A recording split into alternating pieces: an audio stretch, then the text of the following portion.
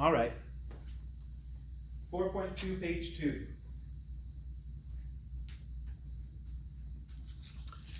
Okay, 4.2, page 2. So as I said on the previous page, we can come up with a line that seems to sort of fit our data, kind of eyeballing it a little bit. But if we wanted to come up with a line that is the best fit in the sense that it minimizes the errors, right? It minimizes the distance from the points to the line. Then the way that we do that is we find what's called the least squares regression line. And so it turns out that the least squares regression line, the slope of the least squares regression line is going to be r times sy over sx. R is the linear correlation coefficient from 4.1. And if you remember, the calculation for r is really complicated and really long and really tedious. We didn't do any examples by hand, right? And so we're not going to do this by hand either, but you would take r and then you would multiply it by the standard deviation for your y's divided by the standard deviation for your x's.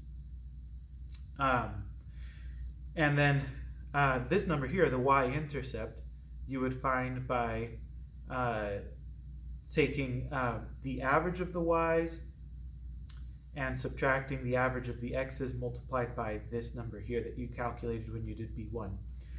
Anyway, the moral of the story is that this is a long process. It's a tedious calculation to have to do by hand, so of course we're not going to do it by hand. One thing to point out is that we're using this symbol here, which you may have never seen before. It has a little circumflex over the top of the y. We read that y hat. Okay, we read that y hat. And we're using the symbol y hat instead of y because y hat is a predicted value. It's a prediction, right? It's a predicted value for y given a certain value for x. The actual value for y could be different from y hat. And so we have to use two different symbols for that. Okay? So we use y hat for the predicted value. We use y for the actual value, which we may not know. Okay?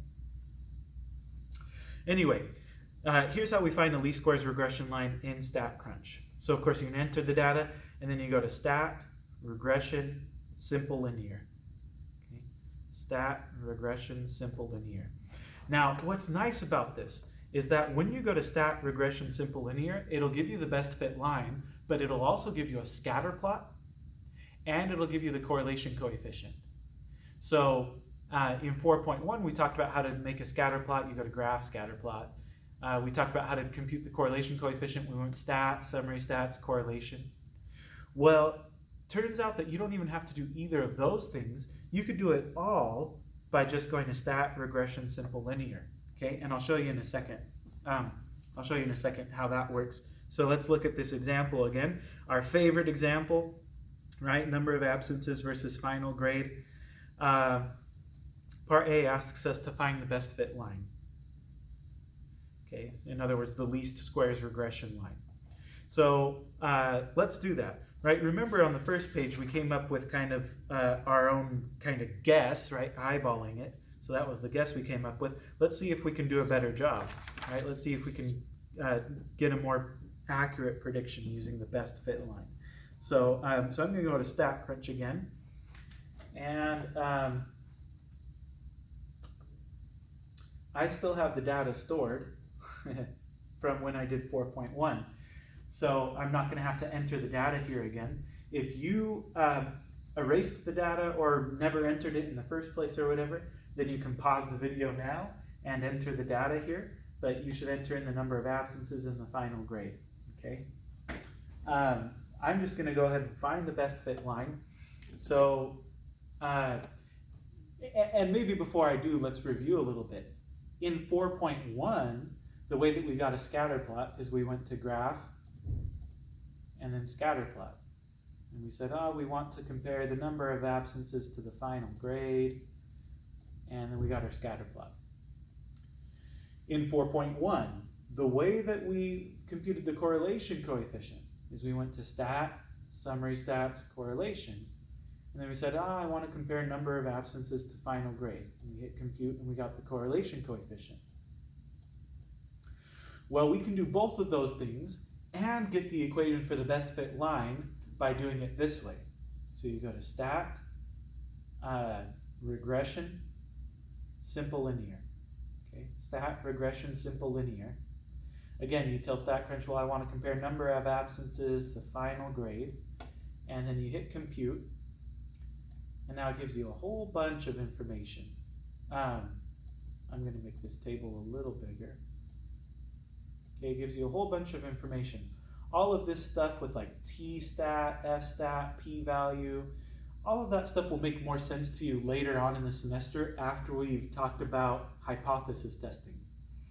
What I want to point out right now, though, is that notice up here, it gives you the correlation coefficient, right? Same as the correlation coefficient that we got before, the way that we did it in 4.1. Okay, so it gives you the correlation coefficient there. It gives you a scatter plot with the best fit line kind of superimposed over it. Right, so you can see same scatter plot as before. I mean, I made the window a little bigger, so maybe it doesn't look the same. But if I make the windows the same size, right, then you see that, oh yeah, it's the same scatter plot as before, right? Only now it has the best fit line. And to see the equation for the best fit line, there are a couple places you can do that. So one way where you can see the best fit equation is right here on the first page of this output. Right, so it says final grade equals blah times number of absences, right? So basically, so remember final grade was y, number of absences was x. So basically they're saying,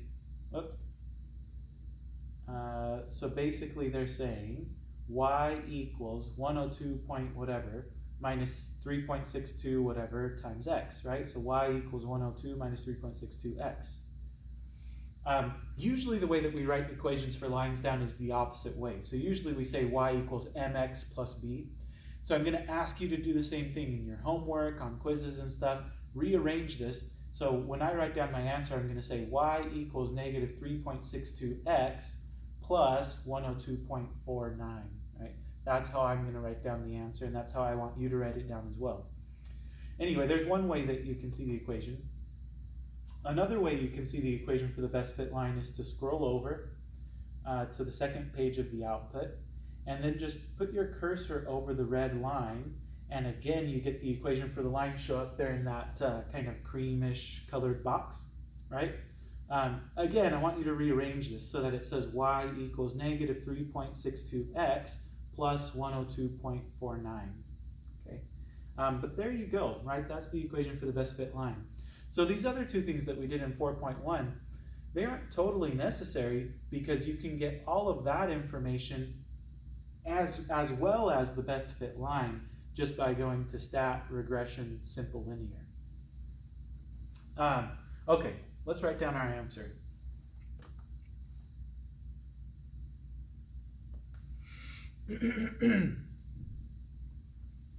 Okay, so the equation for the best fit line, I'm going to say y hat. Again, I'm going to use the symbol y hat because this is a prediction, right? This is our the line that predicts what's going to happen, right? So we're going to say y hat equals, or maybe I'll say it's approximately, since I'm going to be doing some rounding on some of these decimals here. We'll say y hat is approximately negative 3.62, negative 3.62x plus 102.49. Okay, so there's our best fit line. Okay, now once we have that best fit line, we can use it to make some predictions. But remember, we're only allowed to make predictions that are within the parameters that are within the parameters that we get from our data. In other words, I'm not going to predict anything for absences less than 2 or greater than 15 because I don't have any data I don't have any data to base that prediction on. Okay.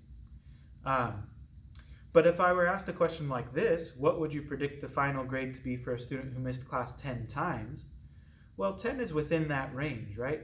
10 is within the range 2 to 15. So I can use my best fit line to make that prediction now, right? So I can say, well, if they missed class 10 times, remember X represents the number of absences, right? So if they missed class 10 times, I'm going to plug in 10 for X to see what I get for Y hat.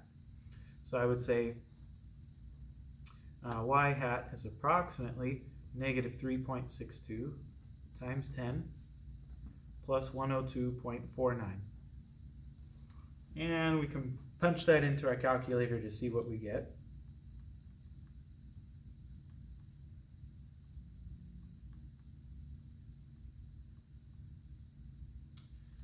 Okay, so I'm coming up with 66.29. All right, 66.29. That would be their grade in the class. That's a D, right? 60 to 70%, or 60 to like 69.99999% is a D. So this is a D. If you miss class 10 times, you get a D in the class. And you should, right? You should fail the class. If you're missing class that often, you should fail the class for sure. Okay, so that's that. One thing that I wanted to point out, so this is the best fit line. You're not going to get better than this, okay? This is the line that best fits the data. If you compare it to the line that we came up with, we weren't terrible, okay? What the line that we came up with, eyeballing it, the slope was close to the correct slope, okay? Not exactly dead on, but pretty close. The y-intercept was pretty close to the y-intercept for the best fit line, right? Anyway, so we did an okay job when we came up with our kind of eyeball version of the line that fits the data. But this one is even better, right? This one you can't beat, okay? So that's how you find a best fit line in Statcrunch. And this is how you use a best fit line to make predictions, okay? On the next page, we'll talk about when it's appropriate to even find a best fit line in the first place. So I'm going to start a new video, and then we'll talk about that.